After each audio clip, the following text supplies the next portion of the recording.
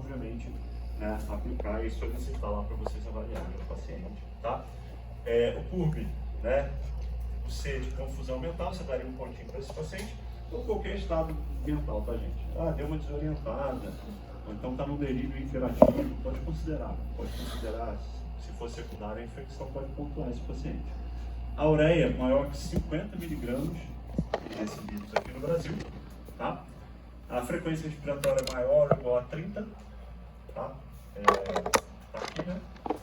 A pressão menor, né? A pressão sistólica menor que 90, menor ou igual, ou a pressão diastólica menor ou igual a 60. Tome cuidado com esses sinais, eu obviamente não vou me comprometer com fazer sacanagem com vocês, porque eu já vi publicações sem o igual, tá? Maior e menor só, né? Então, relaxa, não vou colocar uma pressão de 90 por 60 para não dar margem para anular a questão, tá? Então, aqui está só menor, aqui está só menor igual, então pode ficar tranquilo. 50 miligramas aqui no Brasil, aqui está em milimol, tá? Na publicação original. E a idade maior que 65 anos, tá? O CURB, teoricamente, de 0 a 1, né? Um paciente com baixa probabilidade de mortalidade, tá? O risco de grupo 1, mortalidade 1,5% em 30 dias, baixo risco considerado tratamento domiciliar para esse paciente, tá? Aí o paciente vai tratar a nível ambulatorial, tá? CURB 2, tá? Já chega perto de 10% de mortalidade, 9,2 em 30 dias, tá? Ele fala para você considerar a admissão, tá? Dependendo muito da ocupação, o paciente tem esse manejo, né? Mas geralmente a gente interna esse doente em enfermaria, tranquilo? 3, 4 e 5, com certeza o nosso paciente vai ser admitido a nível hospitalar. O 3, talvez terapia intensiva, talvez enfermaria, vai ficar muito a seu critério, dependendo da clínica do paciente. 4 e 5, não tenha dúvida, a gente vai para terapia intensiva, tá? Então, mais ou menos isso aqui que ele fala, mesma coisa, tá? Considerar tratamento hospitalar como PAC grave no 3, 4 e 5, tá? A avaliação de CTI para o 4 e 5, com certeza, beleza? Então, o 3 vai ficar ali, dependendo se é enfermaria, dependendo se é terapia intensiva, claro, né? A clínica do paciente que vai te ajudar nessa decisão. E o 1 e 2, esse paciente vai para casa. O 2 eu posso considerar a internação ou não, né? Ele fala que depende do manejo, da ocupação do paciente, mas assim, na prática, o 2 vai ter você pode pegar um paciente que esteja muito bem, obrigado aí, né? Que tenha uma variação que não te incomoda muito. O paciente, pô, sei lá, confusão sempre incomoda, né? Confusão mental, eu acho que é sempre um fator de gravidade, né? Uma disfunção clínica da sepsis, né? Mas os outros são sinais vitais, são basicamente números, né? Então, assim, beleza, são só números, né? Então, a gente não tem que avaliar só números. Eu já peguei números de pacientes com pressão menor que 90, paciente lá no CTI batendo bola, conversando, comendo, indo no banheiro, assim, são só números, né? Então, assim, meio durão, meio engessado isso. Hipotensão, teoricamente, é a menor que pressão que dá sintomas. Se o paciente não tiver, né, com sintoma, né? Às vezes o paciente vai hipertenso, já tem uma pressão mais baixa, né? Vai pontuar, tomou uma pontuação ali no curva ali, você vai segurar esse paciente, né? Então, é uma sugestão, tá, de aplicação, tá? Aqui, ó, já vi publicações com 43 miligramas por decilitro, tá? Mas as últimas que a gente tem visto é 50, então a gente fecha com 50 miligramas, tá bom? Indicação de terapia intensiva. Claro, que são aqueles pacientes mais graves, né? Porte, eu acho que eles são porte 4 e 5 e o CURB, né? 4 e 5, esses pacientes não tem muita dúvida que a gente vai para terapia intensiva. O 3 você já vai avaliar essa necessidade, tá? Mortalidade, né, do porte 4 e 5, né, de 8 a 31%, respectivamente. CURB 3 ou mais deve ser avaliado com a densidade de CT, mortalidade 14 a 27%, respectivamente. Tá? No consenso brasileiro tem outras sugestões, tá? Eu, sinceramente, acho que para terapia intensiva, né, eu acho que tem que ter disfunção. Tendo disfunção, vai fechar o diagnóstico como sepsis, você vai colocar esse paciente em terapia intensiva, botar precisando de coagulose anticorpo, tem disfunção cardiovascular, tá? É um doente torporoso, sonolento, desorientado, tem disfunção neurológica da sepsis, não tem um foco associado a uma disfunção de sepsis, então esse paciente vai ter que ir para o CTI. fico prendendo muito nesses protocolos, né, nesses scores, não. Tá? Sobre o diagnóstico diferencial, o que a gente mais vê no nosso dia a dia? Traqueobronquite, principalmente a nível de terapia intensiva, é algo que confunde muita gente lá no CTI, às vezes o paciente secretivo, né, fazendo febre, e a gente vai, será que esse paciente está fazendo uma pneumonia nosocomial, uma pneumonia associada a cuidados hospitalares, ou uma pneumonia associada à ventilação mecânica, e aí você vai radiografar, não tem imagem, não tem uma ausculta, né, então assim, confunde a gente às vezes lá. Sinusite, pela questão da tosse, da febre, obviamente, né, não dá dispneia, tá? Embolia pulmonar, história mais clássica, dispneia súbita, né? Esse aqui, com certeza, edema agudo cardiogênico, talvez é o que vai chegar mais, né, pra gente na emergência, que eu vejo mais o pessoal se confundindo. Muitos dos pacientes, às vezes cardiopatas, sabidamente chegam na emergência dispneica, né? E aí sobe pra gente lá no CTI com ceftriaxona com claritromicina associada a furosemide de 6 em 6 horas. Então, trata as duas coisas, a gente não sabe o que é. E aí cabe a gente lá no CTI ver o que está pesando. Claro que uma infecção pode compensar a parte cardíaca do paciente, então isso pode acontecer, tá? Mas é o diagnóstico talvez mais comum da emergência que vai dificultar um pouco o nosso raciocínio, tá? Câncer de pulmão, tuberculose, bronquiectasia, aquele paciente hipersecretivo, já com alteração de bronco, né? Com dilatação, então são pacientes que podem fazer diagnósticos diferenciais. Aqui são diagnósticos muito pouco frequentes, tá? Pericardite, uma dor muscular ali, que você está confundindo com uma dor ventilatória dependente, uma dor pleurítica, né? Vasculite, bronquiolite obliterante, são coisas mais raras a gente ver. Tá? Pneumonia esofílica, síndrome gripal, que não deixa de ser uma pneumonia, só que por vírus, às vezes a gente tem visto, né? As doenças ocupacionais. Tá? Lembrar que existem doenças pulmonares relacionadas ao HIV, e aí a gente vai ter que pensar um pouquinho diferente. Né? Parecem bichos diferentes, clínicas diferentes, né? Isso é um livro à parte. A gente está com um paciente lá no 2003 com uma baita pneumocistose. O paciente sabidamente é HIV desde 2012, não quis tratar. Né? Pneumocistose clássica, toxêmico, infiltrado bilateral, CD4 do paciente deu 80. Né? Então o paciente não tem defesa nenhuma. Linfoma, micobacteriose, né? Doenças por fungo. Há 2 anos atrás nós perdemos um rapaz jovem com Marense, histoplasmose pulmonar disseminada, né? Depois a gente ficou sabendo que era soro positivo também, então o HIV é um doente diferente, tem que pensar diferente, tem que sair um pouquinho da caixinha e pede para parecer perfeito, bate bola, porque é difícil a gente saber tudo sobre isso aqui, tá? É quase uma especialidade médica. Agora, os resultados dos antirretrovirais são muito bons hoje em dia, né? Praticamente ninguém morre mais disso, graças a quem adere, claro.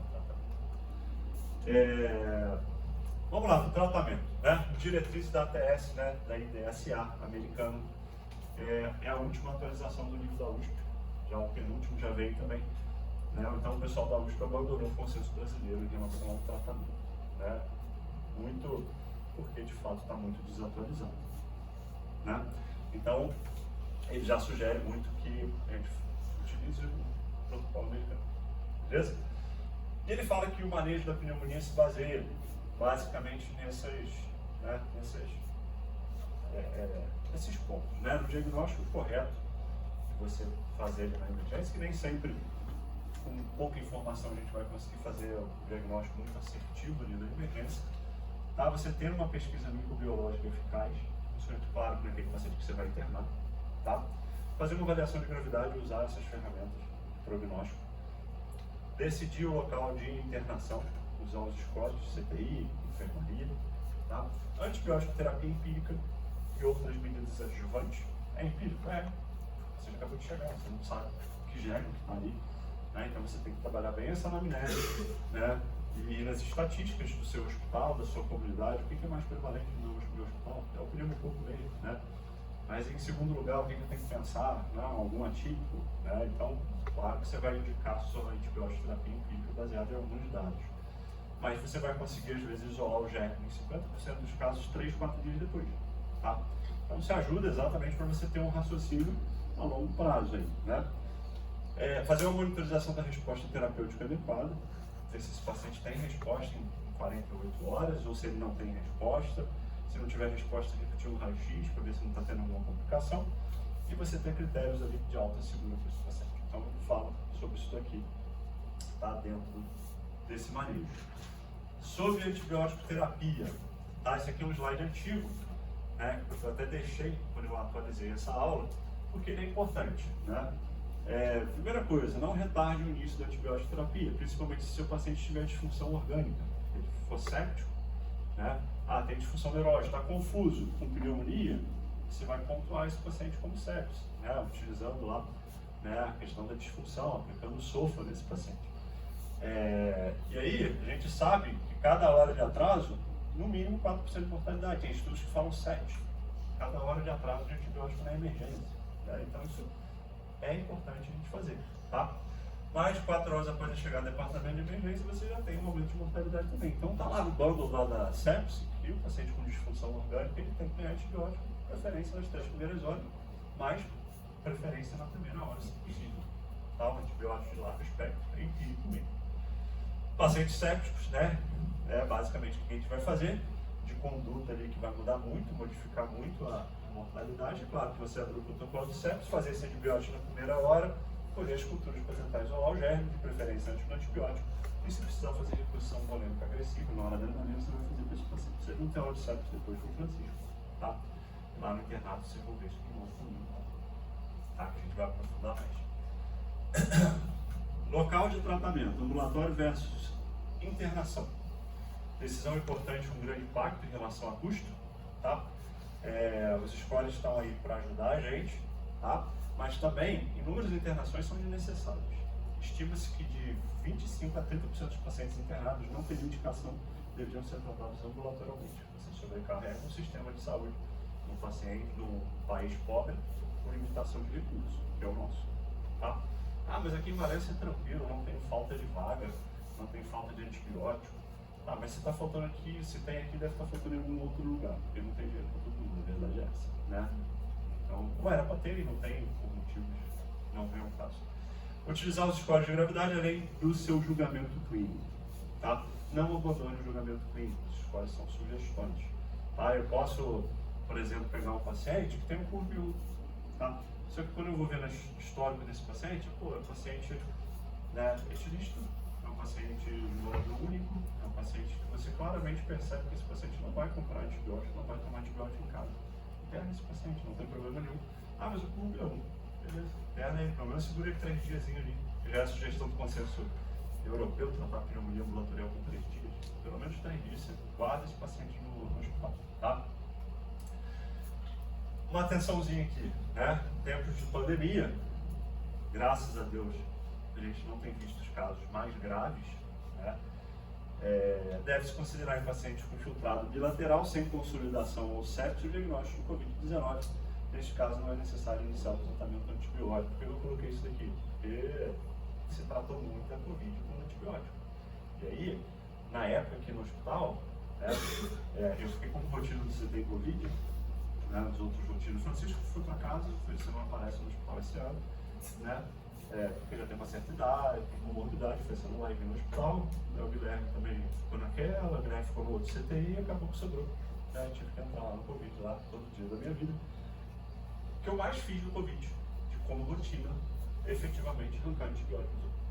Foi a minha conduta mais comum, tá? E aí teve uma certa hora, eu falei, vai dar merda. A verdade é essa, porque vai ter pico de germe multiresistente, porque todo mundo tá ganhando antibiótico. Não teve outro. Não teve outro. A gente teve pico de acineta, pico de Klebsiella, de pseudomonas, de gram negativo, porque foi antibiótico para todo mundo. A azitromicina virou uma açúcar, né, na pandemia. E antibiótico não trata muito. Mas tem consolidação. Foi proibido não pode dar consolidação. É um residente bom. Mas tem consolidação, você não vai tentar. Foi não vou tratar. O paciente não tem leucocitose, não tem febre, né, não tem secreção purulenta, eu vou tratar. Isso é Covid. Tá? Caso vocês peguem um infiltrado bilateral, considere muito influenza também, tá?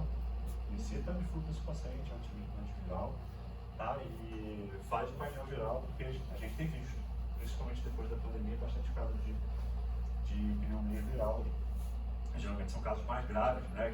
Que comprometem bastante a troca, né? Fazem ciclo de consolidação e aí, né, você tem, às vezes, saturação importante desses pacientes. Os fatores modificadores da doença.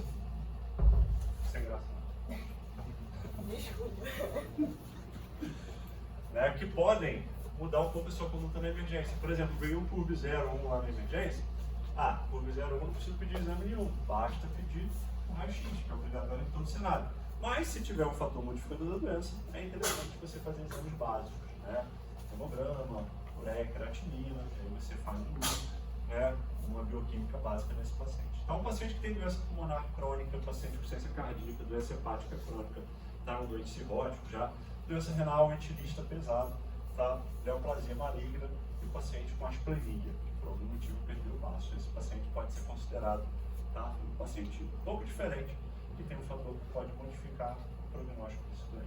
Talvez valha a pena fazer exame, se ele estiver muito bem, e se ele tiver alguma alteração mais grave, você internar esse paciente até para cuidar dessas comorbidades aí. Sobre o tratamento, aqui são recomendações, ambulatorial, porte 1 e 2, PURB 0 e 1, basicamente. Sem fatores modificadores da doença, temos o diagnóstico de pneumonia adquirida na comunidade não grave. Opções terapêuticas, monoterapia com amoxicilina, ou azitromicina, ou claritromicina, ou doxiciclina. Aqui no Brasil, mais amoxicilina, pura, 1 grama de 8,8. Não precisa nem do inibidor da beta-lactamase, do clavulanato. Mas eu quero dar clavulina. Não tem problema. Ninguém vai esquentar a cabeça com você. Azitromicina, 500 mg no primeiro dia, depois 250. Muita coragem de tratar pneumonia com azitromicina. Não responde nem na amidalite, quer? Ainda mais com a resistência que aconteceu. Claritromicina, muito interessante, muito caro. Claritromicina oral, bastante caro, né? Então é uma opção. Doxiciclina, a gente não costuma usar para pneumonia aqui. A gente guarda muito e eu vejo usar só na suspeita de febre maculosa. O pessoal usa bastante dox, mas são sugestões terapêuticas. O mesmo paciente, você tem alternativas, que seriam a quinolona respiratória. Paciente com PAC não grave, sem fatores modificadores, levofloxacina, moxifloxacina, é uma sugestão, uma opção aqui no Brasil. Uma das coisas que provavelmente o livro da USP abandonou o consenso brasileiro, porque ele colocava a quinolona como uma das primeiras opções. E o americano fala, não é mais recomendado por conta da indução da resistência bacteriana e do maior perfil de efeitos colaterais. A Sociedade Europeia, 3, 4 anos atrás, já soltou uma nota sugerindo não uso da quinolona respiratória, principalmente no doente idoso. No Brasil, essa recomendação ganha mais importância em razão da alta prevalência de infecção pelo micoplasma, pelo bacilo de Koch, tuberculose, podendo induzir perfis de resistência de difícil tratamento da micobactéria. Então a gente tem bastante tuberculose aqui, a quinolona faz bastante indução de resistência.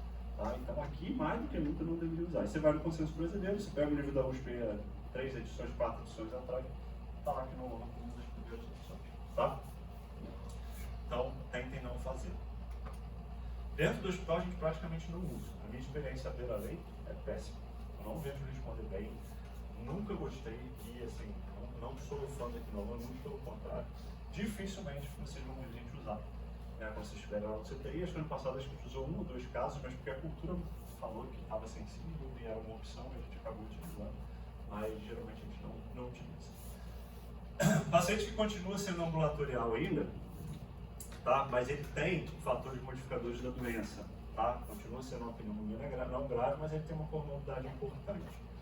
Ele já sugere uma terapia combinada, o consenso americano, de um beta-lactano com macronídeo. E aí você associar uma amoxicilina com clavulanato, ou uma cefalosporina de segunda geração, uma cefaloxima, com uma azitromicina, por exemplo. Então já sugere associação pelos sinergismos das drogas e pelo aumento do espectro, que você vai começar a pegar germes atípicos ali. Ainda está falando do paciente PURB 0 e 1, mas que tem fatores modificadores, paciente com comorbidades importantes. Aqueles fatores que a gente viu aqui,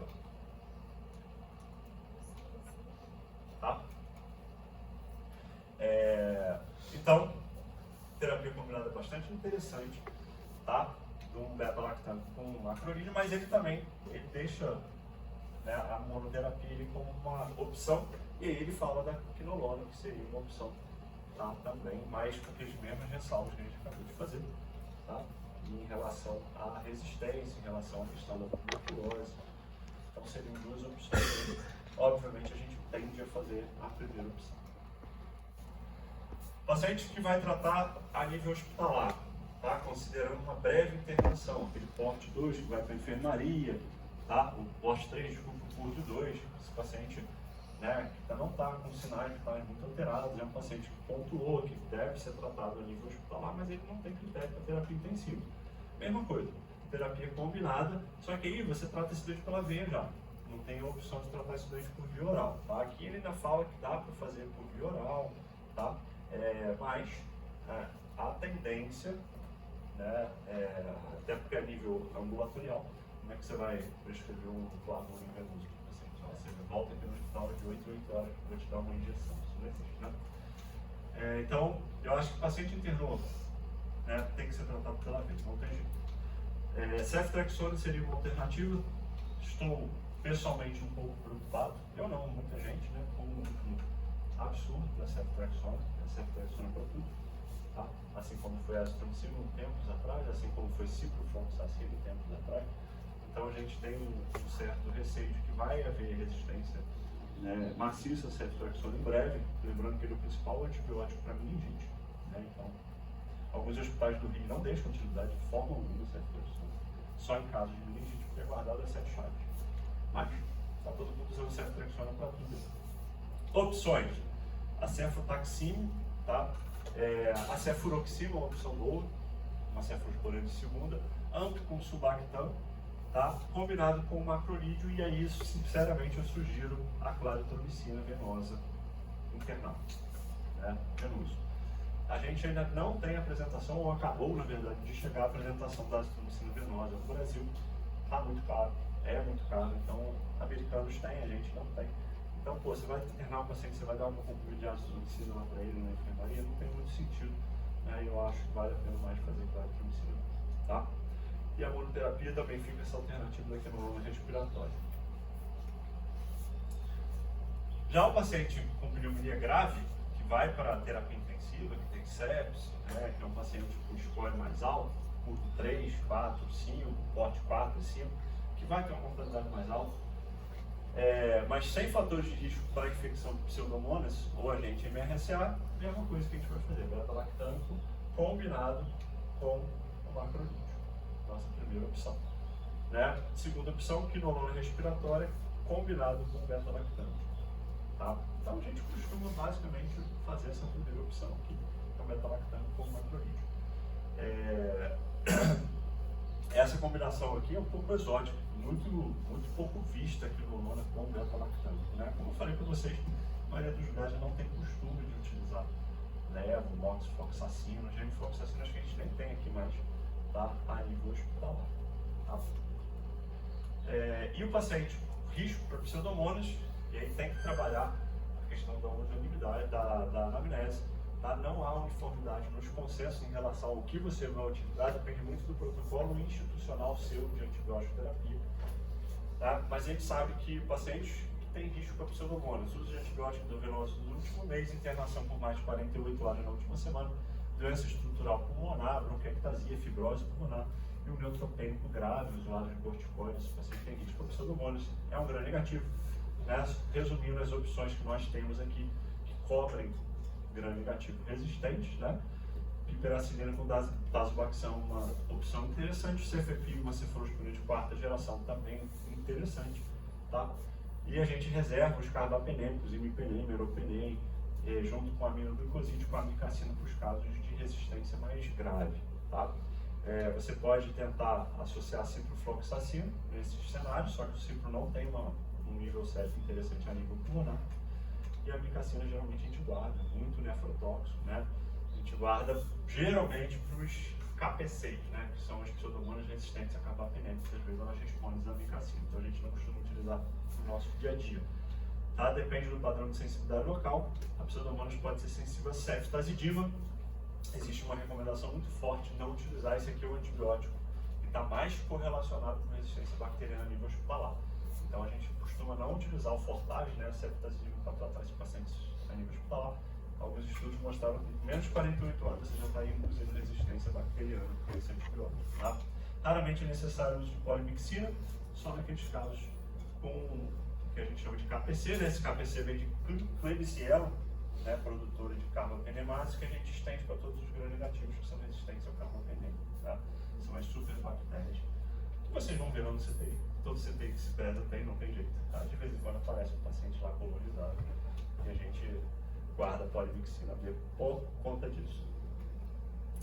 Risco para MRSA, graças a Deus a gente não tem tanto aqui no nosso hospital, é uma preocupação, né, crescente atualmente, uma preocupação muito americana. Eles sofrem muito com MRSA lá, a gente sofre com gram-negativo aqui, eles sofrem com MRSA lá. Tá? Quais são os fatores de risco? Infecção, colonização prévia por MRSA, paciente de hemodiálise a longo prazo e paciente com insuficiência cardíaca grave. Tá? Características que sugerem uma pneumonia por estáfilo resistente à meticilina. Infiltrado cavitário ou necrose, rápido aumento do derrame pleural, hemoptise abrupta, influência concomitante, neutropenia, exantema eritematoso, pústula na pele, doentes jovens e previamente saudáveis. Pneumonia extremamente agressiva. Pegou um paciente jovem com pneumonia muito agressiva, tem cavitação, tem abscesso, né? O paciente às vezes no raio-x está todo salpicado, faz até metástase. Aquilo são pequenos abscessos ali, né? Pensa fortemente em estáfilo, principalmente se tiver lesão de pele, alguma coisa associada. E aí, opções que a gente tem, vancomicina, clindamicina e mesolida, depende da resistência do seu estáfilo, tá? Oxacilina talvez seja uma excelente opção, tá? Entretanto, está no nome que é resistente à meticilina, que é a nossa meticilina, que é a nossa oxacilina, tá? Se não for MRSA, qual que é o melhor antibiótico de todos? Oxacilina, melhor do que todos esses três aqui, tá? Ele, apesar de não ter um espectro muito alto, mas ele é mais efetivo que esses três antibióticos aqui. Então, se tiver sensibilidade à meticilina, use oxa, porque ele é um baita antibiótico. Existiu a meticilina, as opções são essas três aqui, beleza? Pacientes que broncoaspiraram, né? Isso é uma realidade comum de hospital. Vai ter até um podcast da MIB essa semana, da Associação de Medicina Intensiva, sobre aspiração e rebaixamento de consciência, sobre engasgo, na verdade.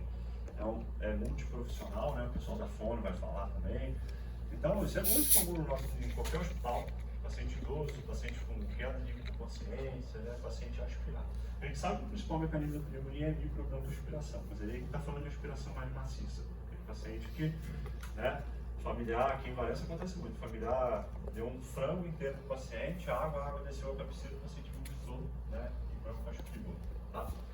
Vocês acreditam que eu já peguei frango assado dentro do armário do paciente?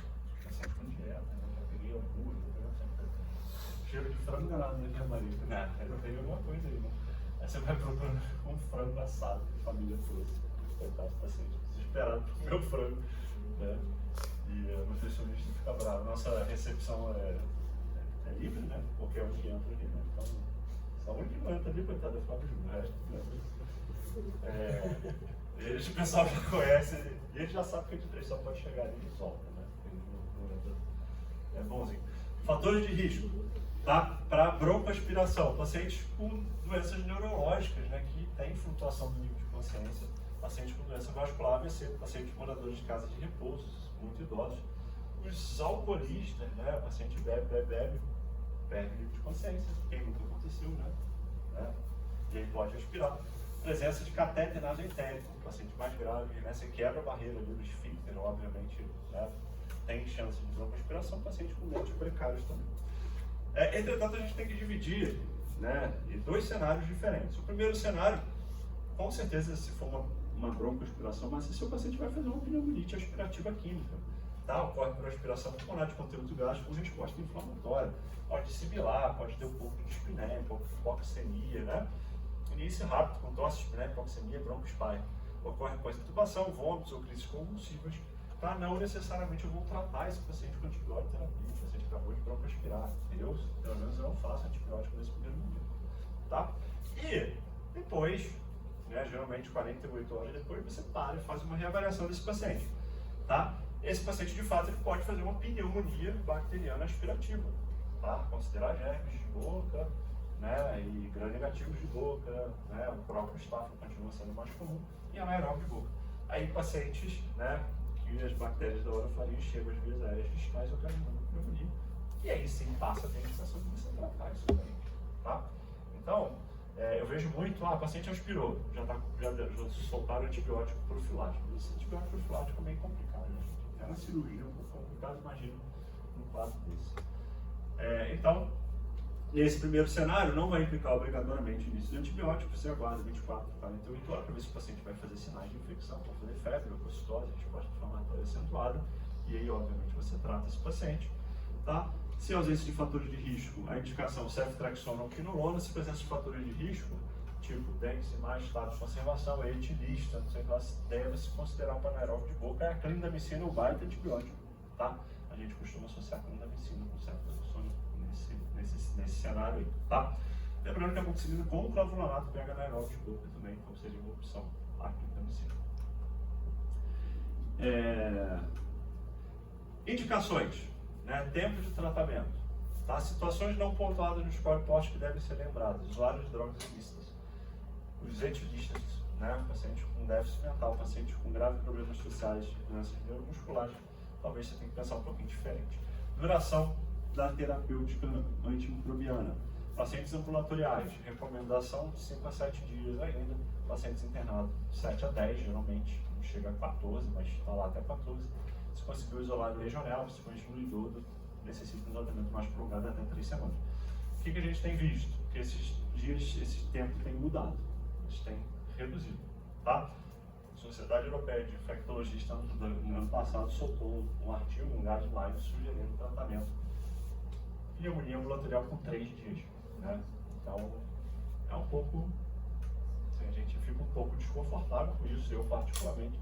Eu ainda não tenho coragem de, se eu tivesse que tratar, uma pessoa próxima, toma só 3 dias de antibiótico, você está com pneumonia, eu ficaria um pouco inseguro, tá? Mas foram estudos que foram validados, tá? O que foi você trouxe ali? A mamãe nona falava que a gente não está no Harris, a gente está no Brasil, que o Brasil é tudo pior, que a gente sempre tem que prolongar. Quem que fala isso? Ele fala que é a mamãezona pra nós. Não tá errado, não. Aqui só o... Semana passada eu falei que eu ia colocar, em relação ao corticoide, a Sara me cobrou aí e não veio. Sobre a atualização de corticoides na pneumonia grave, tá? E aí o artigo original, tá? Publicado no New England, foi esse com a hidrocortisona, pneumonia comunitária severa. Esse grupo de pacientes com pneumonia severa teve um benefício sim. Tá? Foi um estudo não grande, um estudo de 800 pacientes. 400 foram para hidrocortisona, 395 para placebo, 5 devem ter desistido por algum motivo, tá? Ou deram o diagnóstico errado. Tá? E aí a dose que a gente utiliza na sepsis para suplementação de suprarrenal, tá? De adrenal, 200 mg dia, eles fizeram diluído em 48 ml de solução salina, infusão contínua por 4 a 7 dias. A gente faz diluído para sempre, um bombo de infusão. Então, essa diluição não tem problema nenhum. É um paciente mais grave, um paciente com critérios de sepsis na pneumonia grave, entendeu? Ele fala para você fazer 4 dias, no 4º dia você vai dar uma pausa, ver se esse paciente tem resposta. Se tiver resposta, você desmama isso até o 8º, tá? Aqui estão os critérios, de melhora, tá? Os pacientes que não melhoram, você vai, obviamente, levar até 14 dias, dependendo, tá? Para ter boa estimação. E aqui estão os resultados, está pequenininho, deixa eu tentar ler aqui, tá? Claro que o resultado primário aqui, que é importante, em relação à mortalidade até o 28º dia, tá? 25 de 400 com a hidrocortisona, no placebo 47 de 395, então realmente foi algo que fez diferença em relação à mortalidade. Até 28 dias, mortalidade até 90 dias, 36 no grupo da hidrocortisona, 57 pacientes morreram no grupo do placebo. Então impactou em outras coisas também, tá? Que estão aqui embaixo, dias de ventilação mecânica, dias de noradrenalina. Então foi um estudo que realmente deixou a hidrocortisona bem positiva no paciente mais grave, tá? Com pneumonia.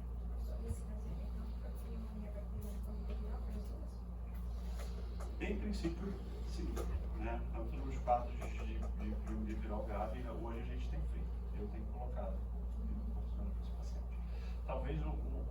aí seja muito mais do que o Survival Sepsis já fala há bastante tempo, que é a suplementação do adrenal relativa desse paciente. O paciente melhorando a estabilidade hemodinâmica, talvez o resultado saia por aí, entendeu? Então, acho que independe do germe. Covid a gente usou, teve um estudo que foi positivo, com metilprednisolone, tem outro com cortisona, então, né? Não esperem milagres com isso daqui, mas é uma atualização e o protocolo americano já sugere na pneumonia, beleza? Você faz 4 dias, se tiver melhora, você desmama nos próximos 4, você faz até 8. Caso não tenha melhora, você pode estender isso até o 14º dia, tá? E aí você vai tirando reduzido gradualmente até o 14º, tá?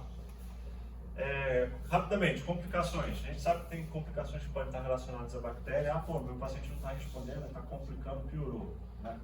Piorou com um derrame parapneumônico, por exemplo. Isso pode ser resistência ao próprio antibiótico. O germe, às vezes, não é bacteriano. Você pensou de forma equivocada, pensem que talvez tenha um outro germe ali que não bacteriano. Relacionados ao próprio antibiótico, erro na seleção do agente, dose inadequada, não aderência. Eu vejo dose inadequada bastante, tá? Paciente com pneumonia grave, vamos fazer CFP 1 grama de 8 horas, né? Parte da dose recomendada, que a dose máxima é 2 gramas de 8 horas. Então não é para usar subdose, você está falando de doente grave, usa a dose cheia sempre, tá? Relacionado ao paciente. Um corpo estranho, né? Ou uma obstrução. Eu já peguei um paciente fazendo pneumonia de repetição que ele sofreu um trauma e ele aspirou dente. Aspirou 2 dentes, fez um granuloma, abscesso, o paciente não melhorava. Teve que ir para a broncoscopia para resolver o problema dele. Tá, imunidade deprimida, empiema, abscesso, pericardite, meningite, diagnóstico incorreto, considera que isso pode ser mais cedo que pneumonia, em vez de tirar, né, o diurético, você deveria ter tirado o antibiótico, tá? Edema agudo, vasculite, hemorragia. Aí o segmento aqui, dica para enfermaria, tá? Você está com o seu paciente, está bem lá no 3º, 4º dia de segmento, se não houver contraindicação, o ideal é passar esse antibiótico para via oral e programar alta para esse paciente. Pensando em alta precoce sempre, o hospital é um lugar bastante perigoso, tá? Critérios para você fazer essa transição para antibióticos via oral. Melhora a clínica, estabilidade hemodinâmica, capacidade de ingestão, de entender a prescrição. Pacientes que não melhoram no 3º, 4º dia, ou tem pior nas primeiras 48 horas, né? Geralmente a gente coloca esse paciente com falha terapêutica. Faz um novo raio-x para esse paciente. Avalia outros exames de imagem para ver se está tendo complicação, tipo tomografia, broncoscopia, né? Se quiser recolher culturas, recolhe culturas. Reavalie o seu diagnóstico de impacto, porque você pode estar equivocado. Pense em HIV, tuberculose, tá? E mude o esquema de antibiótico. Mais ou menos isso que a gente faz no nosso dia a dia, tá? Não vou fazer essa questãozinha para vocês, a gente está com tempo ainda? Isso aqui é como se fosse a 13, 3, até que horas? 10, né? 8? Esse aqui é um caso clínico que vai ser bastante no modelo do cenário prático. É uma historinha, o que vocês vão ter que fazer aqui basicamente, tá? Então, paciente de 65 anos da entrada na emergência, um quadro de tosse produtiva purulenta, febre tipo médias, por 72 horas após um quadro viral prévio, tá? A ideia não, obviamente, vocês errarem o diagnóstico. O diagnóstico vai estar lá no cenário, lá, então vocês vão facilmente reconhecer que aquilo é uma pneumonia. Na verdade, o que a gente quer é o manejo. Tá? Fez uso de sintomático, sem resposta, nega internação prévia. Pô, paciente de 65 anos, tem tosse produtiva purulenta, febre, dispneia, até que prova o contrário, isso não é sinusite, tá? Deve ser pneumonia. É portador de insuficiência cardíaca, o fator modificador da doença, hipertensão e diabetes, tá? Outras 2 comorbidades. No exame físico, ele está orientado e cooperativo, ele não pontua no curvo, ele já vai fazendo o curvo desse paciente. Os dentes estão em bom estado de conservação, menos um fator de risco para neurose. Tá? Ele está corado, hidratado, algo, taco pineico, frequência um pouquinho aumentada de 26, hemodinamicamente estável, uma frequência cardíaca de 90, pressão de 100 por 60. Aqui eu fui sacando, botei os 60 em cima, tá? E aí pode pontuar ou não, dependendo da referência que vocês estão vendo, tá? Viu? Pode pontuar nesse caso. Porque tem publicações que está menor que 60 e publicações que está menor ou igual. Aí complica, né?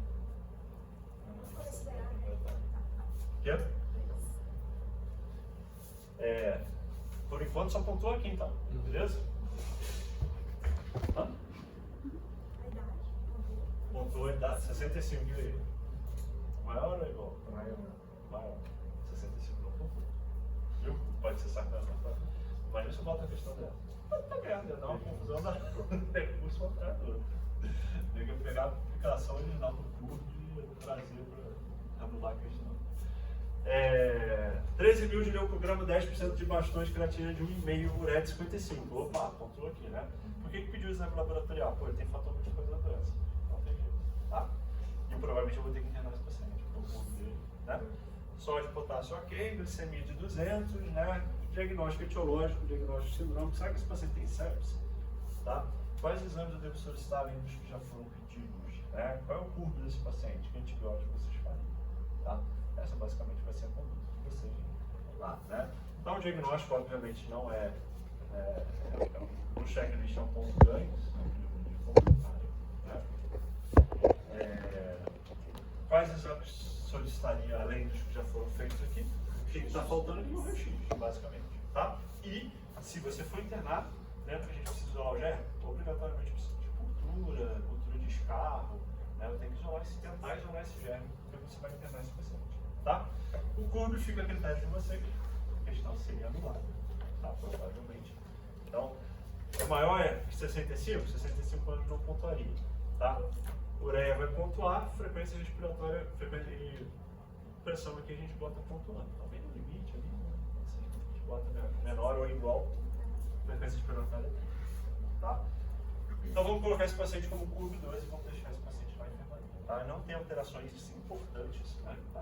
Ali para a gente deixar ele na enfermaria, tá? Em observação. Fazer o que de antibiótico esse paciente? Provavelmente associado a uma artrite, né? De preferência porque tem fator modificador de doença, certo? Se não tiver fator modificador, pode ser monoterapia. Aqui dá preferência para terapia combinada. Beleza? Professor, se isso fosse um caso do OSS, ele pontuasse no Corbion, por exemplo, e ele tem esses fatores, se eu falasse para o senhor que eu ia segurar ele internado, o senhor consideraria? Ó, eu não colocaria isso no OSS nunca, tá? Por quê? Você está fazendo uma avaliação estritamente só do score, né? Não, mas esse paciente, por exemplo, ele pontua 1, mas eu sei que ele tem fator de risco, ele tem 65 anos, eu consideraria ele internado. Eu sei, tudo bem. Assim, são sugestões de tratamento, né? Tá na literatura. Ele tem fator modificador da doença? Tem. Vai depender muito se está descompensado. Se não tiver descompensado, a única coisa que o protocolo fala é que você precisa pedir exame. Os exames estão normais, ele não tem uma comorbidade descompensada, daria para você estar alto para esse paciente. Mas quem sou eu para falar que isso está errado? Eu, obviamente, para não ter essa discussão, eu nunca vou fazer um caso desse. Tá? Porque daria briga, e aí eu teria que ir na literatura. Né? Não tem muita lógica nisso. Tranquilo? Mas vocês entenderam a ponderação dele? Tá, tem fator modificador da doença. Isso, em princípio, o que traz para mim? Porque eu preciso pedir exame laboratorial. Tá? Tá descompensado? Tem sinais vitais muito alterados? Interna esse paciente. Tá? Então, é aquilo que eu falei, é uma sugestão. Né? Mesmo se eu colocar paciente morador sozinho, solitário, não tem condição, social, desempregado, por que não internar esse paciente? Será que ele vai tomar antibiótico em casa? Então, assim, é complicado isso. Então, são sugestões, na verdade. Mas olha só, se ele